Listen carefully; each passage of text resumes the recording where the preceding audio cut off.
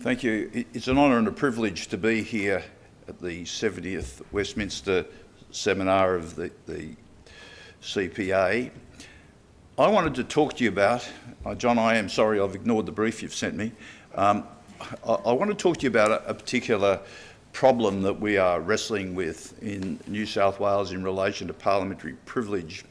A complex area, but parliamentary privilege is the bedrock of Westminster democracy. It applies to most Westminster legislatures throughout the world and is fundamental to our work as parliamentarians.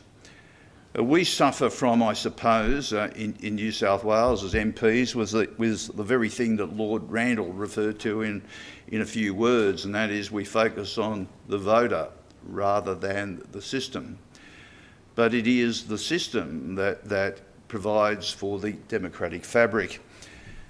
Many legislatures, most legislatures in Australia have legislation that guides parliamentary privilege, but in New South Wales we apply the common law. In fact, parliamentary privilege that applies in New South Wales is from Article 9 of the British Bill of Rights Act of 1689. And we know parliamentary privilege as freedom of speech, but it is far more, it is far greater than that, and is far more fundamental to our functions to represent our constituents and to hold the executive to account. Now, Article 9 of the Bill of Rights says that freedom of speech and debates or proceedings in Parliament ought not to be impeached or questioned in any court or place out of Parliament. So parliamentary privilege gives us the opportunity of freedom of speech, freedom of being prosecuted for contempt for what we might have said, freedom of ensuring that we're not sued for defamation because of what we may say in Parliament. But it is further than that. It applies to documents and other records that we utilise for proceedings in Parliament. It relates to, for example, if you are a member of a committee inquiring into something and you're speaking to witnesses or they're giving you material, or, for example, you happen to have material, its use may be outside proceedings of Parliament, unlawful or illegal, or the information cannot be disclosed, but certainly parliamentary privilege allows you to use it. But your possession of that material is also subject to parliamentary privilege. It's the privilege of the House. It's not permitted to be accessed by anyone without either the approval of the House or until you use it for the purpose of your parliamentary duties. Now, where that has become a problem for us right throughout Australia relates to, firstly, law enforcement agencies.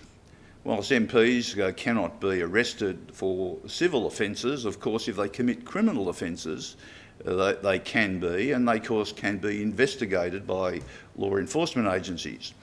And law enforcement agencies will issue a search warrant and want to search an MP's office, either at Parliament House or in their electorate office, and the material that they have contained in their office, much of which is subject to parliamentary privilege, which means that they are not allowed to take it, access it, or look at it.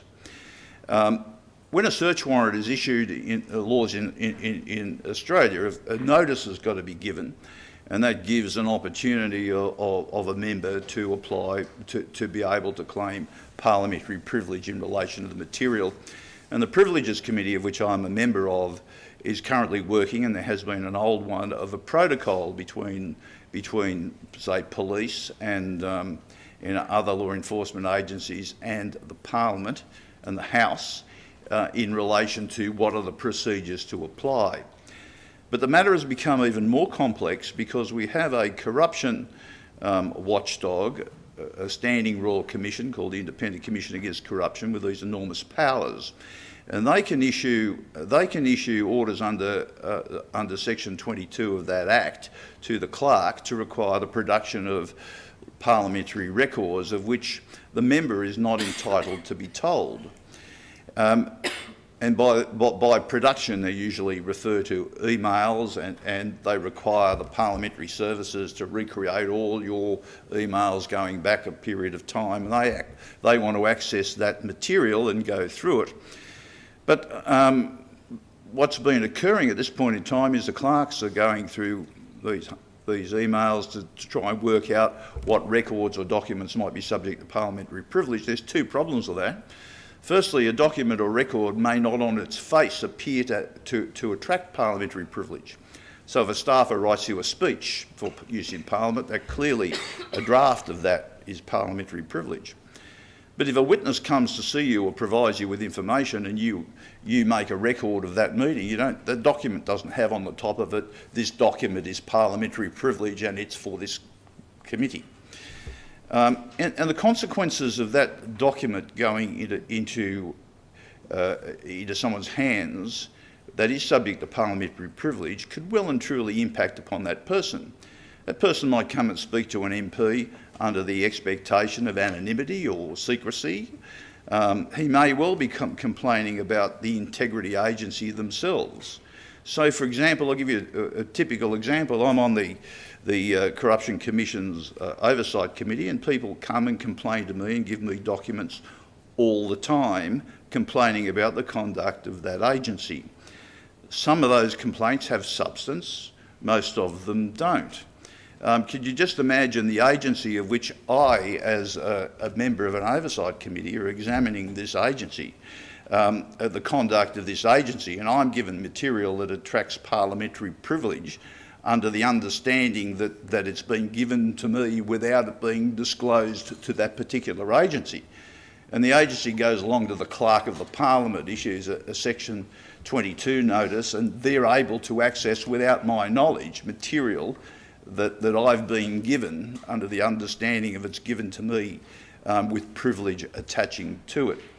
So we're now struggling with, firstly, defining exactly what material constitutes parliamentary privilege and working through a protocol with the Corruption Commission as to what they can see and what they can't.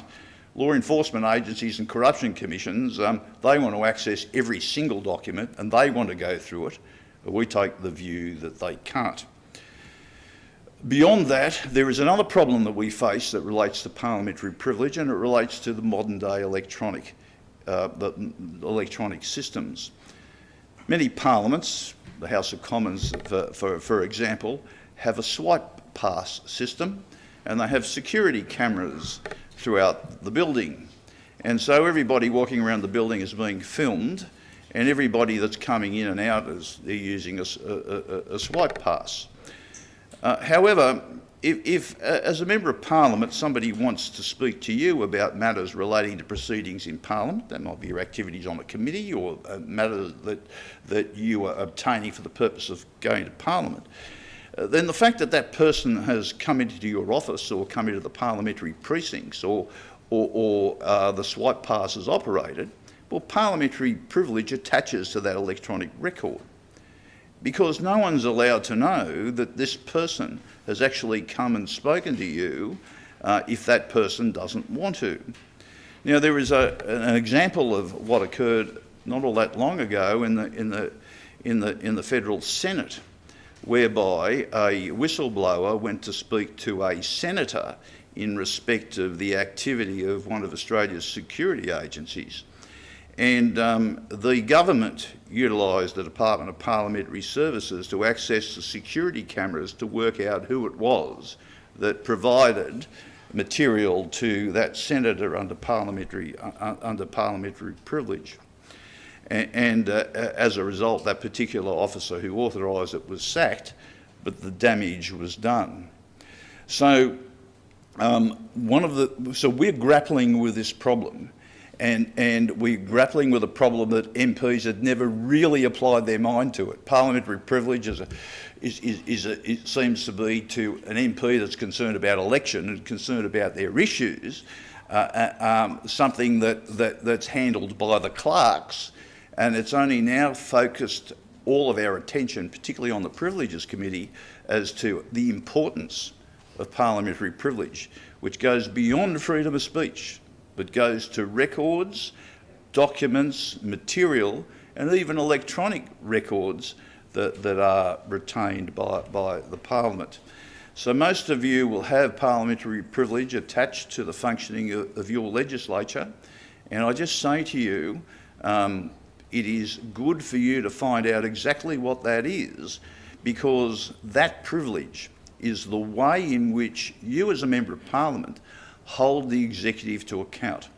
And the executive is not just a minister of a government, but an executive are also the public servants, the independent statutory officers that are all part of the executive, and all of those people are ultimately answerable to Parliament. And so consequently, material or conduct in relation to any of those organisations that you are going to use either for your parliamentary committees or for you to be raising in the House has privilege attached to it that only the House, not you, not the member, but only the House by resolution can waive. So I hope I've brought to you the attention of an issue that we really are grappling with, don't have a solution for, but is something that I know from my own experience that MPs have not applied their mind to it until it sort of blew up in our faces. Thanks for having me here today. Thank you very much, and thank you for sharing your experience from across the world and giving us an insight into the intricacies around parliamentary privilege there.